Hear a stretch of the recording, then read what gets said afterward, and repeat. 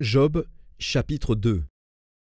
Or, les fils de Dieu vinrent un jour se présenter devant l'Éternel, et Satan vint aussi au milieu d'eux se présenter devant l'Éternel.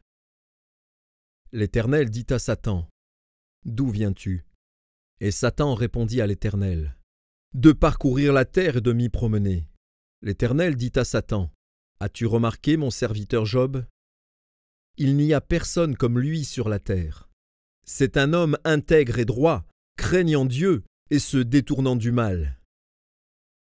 Il demeure ferme dans son intégrité, et tu m'excites à le perdre sans motif. » Et Satan répondit à l'Éternel, « Peau pour peau, tout ce que possède un homme, il le donne pour sa vie.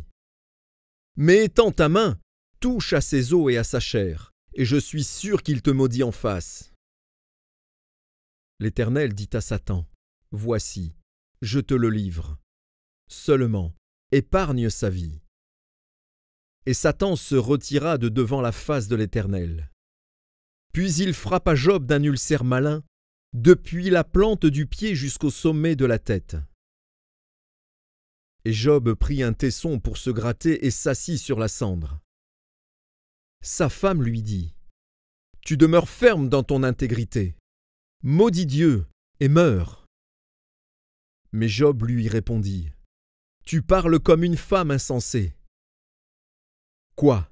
Nous recevons de Dieu le bien, et nous ne recevrions pas aussi le mal. » En tout cela, Job ne pécha point par ses lèvres. 3 amis de Job, Éliphaz de Théman, Bildad de Shuach et Tsophar de Naama, apprirent tous les malheurs qui lui étaient arrivés. Ils se concertèrent et partirent de chez eux pour aller le plaindre et le consoler.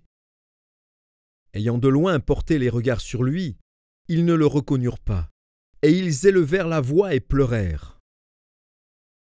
Ils déchirèrent leurs manteaux, et ils jetèrent de la poussière en l'air au-dessus de leur tête.